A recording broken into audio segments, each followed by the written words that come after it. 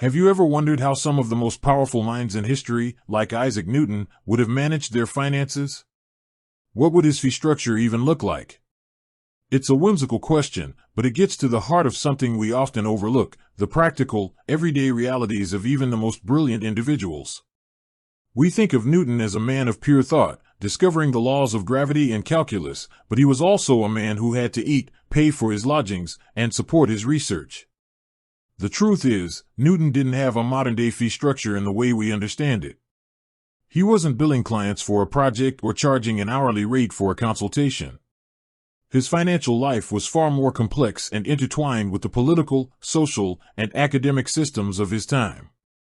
To truly understand it, we have to travel back to 17th and 18th century England and unpack the various roles he held throughout his life. Let's start with his time at Cambridge.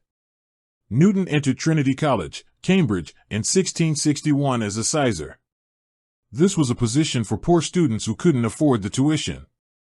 In exchange for their education, sizars performed menial tasks for the wealthier students and the college. Think of it as a work-study program, but far more rigorous and humbling. This was his first income, a form of payment for his labor that allowed him to access the intellectual resources of one of the world's most prestigious universities.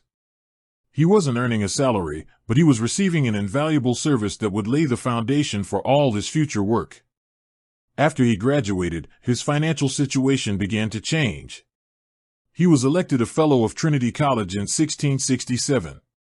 This was a prestigious position that came with an annual stipend and free accommodation. The fellowship provided him with the financial stability and freedom he needed to focus on his research without the constant worry of money. This was perhaps his most crucial fee structure in his early career, a salary that enabled his groundbreaking discoveries.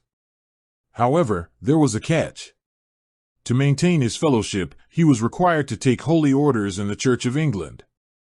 Newton, a man with unorthodox theological beliefs, managed to get a special dispensation from King Charles II, allowing him to continue as a fellow without becoming a priest. This highlights how his financial security was directly tied to the political and religious powers of his day. The most famous period of his life, the time he spent developing the laws of motion and universal gravitation, was largely funded by this fellowship. He wasn't a starving artist, he was a well-supported academic. The myth of the lone genius toiling in poverty is often just that, a myth. For Newton, his genius was nurtured by the institutional support he received from Cambridge. His fee structure was a stable, if not lavish, academic salary. Then came the publication of his masterpiece, the Philosophiae Naturalis Principia Mathematica, or Principia. You might think this would have been a massive payday for him, but in the 17th century, the publishing world was very different. Authors rarely received royalties. The cost of printing was often borne by the author or a wealthy patron. In Newton's case, the publication was funded by his friend, the astronomer Edmund Halley, who famously went into debt to ensure the Principia saw the light of day. Newton didn't make a dime from its sales. His fee was the recognition and respect he earned from the scientific community, which in turn opened up new opportunities for him. This shows us that for a man like Newton, intellectual currency was often more valuable than monetary currency. The second major phase of his career, and where his fee structure truly takes an interesting turn, was his move to London and his appointment as Warden of the Royal Mint in 1696. At this point, Newton was a celebrated scientist, but he was also a man in his 50s looking for a new challenge and, frankly, a more substantial income. The position of warden was a significant step up. He was responsible for the day-to-day operations of the mint, a crucial institution for the English economy. His fee for this role was a substantial salary, far more than he had ever earned at Cambridge. But Newton wasn't content with just a salary. He was a man of meticulous detail and unyielding focus, and he brought that same energy to his new role. The English currency was in a state of crisis, with rampant counterfeiting and coin clipping, a process where criminals would shave off small amounts of precious metal from the edges of coins. Newton saw this as a scientific and logistical problem to be solved. He became a relentless crime fighter, personally interrogating suspects, and using his brilliant mind to devise new security measures for the currency. He was essentially a high-tech detective for the crown. His fee here wasn't just a salary, it was the power and authority to reshape the financial system of an entire nation.